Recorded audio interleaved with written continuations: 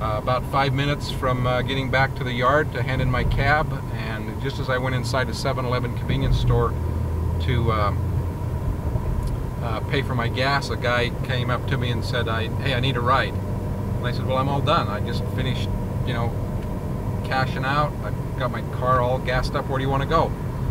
And when he told me where he wanted to go, I said, well, heck, that's just right where I'm at. I'll redo my paperwork. Let's go. And he hops in the car, and I said, where are we going? And he said, oh, I'll tell you in a minute. So when we got a ways down, I said, hey, where are we going again? I need to put it on my sheet, on my log sheet, so I know the address or the, you know, place where we're going to. And he said, oh, we're going to go on a drug deal. And I was taken by surprise, and I just froze. I didn't know what to do. But anyway, we went on this so-called drug deal, and they actually did the drug deal right back here off that back door. And as the drug deal was coming to an end, I had a wad of money like this, and he asked me to give the guy change from the drug deal.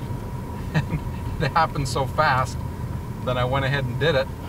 And I think he was doing two things. He was checking out cab drivers, and I think he, the next time they did something like that, they were going to probably rob the guy.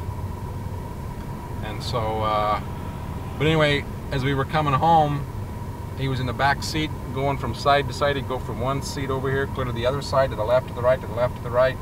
And then all of a sudden, he came around from my back side, and he put his hand on my throat like this, and made me really nervous.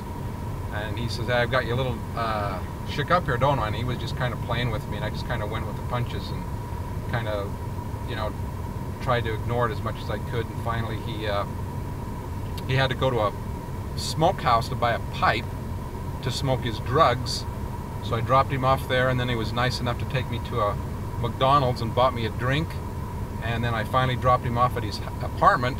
And when I was at his apartment, he asked me if I wanted to come inside, and I said, no thanks, I won't. I'm not going inside. I can't. I gotta go. I gotta get back. And as soon as he came over to the window and paid me the $20 or $25, just as he handed me the money, and as I rolled up the window, a cop car came in from the back of the cab with the sirens going as loud as they could go. And what they were doing, they were chasing somebody else to the apartment complex.